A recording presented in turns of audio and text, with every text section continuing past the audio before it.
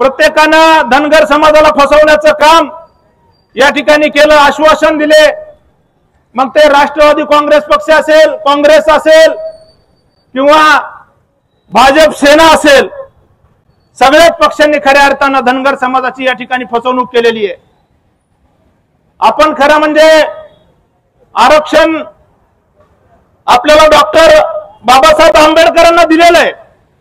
आपण आरक्षण मागत नाहीये, आपण फक्त पान क्रमांक 36 वर जे रच ड झालंय त्याची अंमलबजावणी व्हावी यासाठी खऱ्या अर्थानं गेल्या 75 वर्षापासून अनेक योद्ध्यांना या ठिकाणी संघर्ष या महाराष्ट्रामध्ये निर्माण केला। 2016-17 मध्ये आपल्या धनगर समाजाचे बहुजनांचे नेते आदरणीय पडळकर आणि उत्तमराव जानकरांनी अखेरचा लढा या महाराष्ट्रामध्ये उभा केला।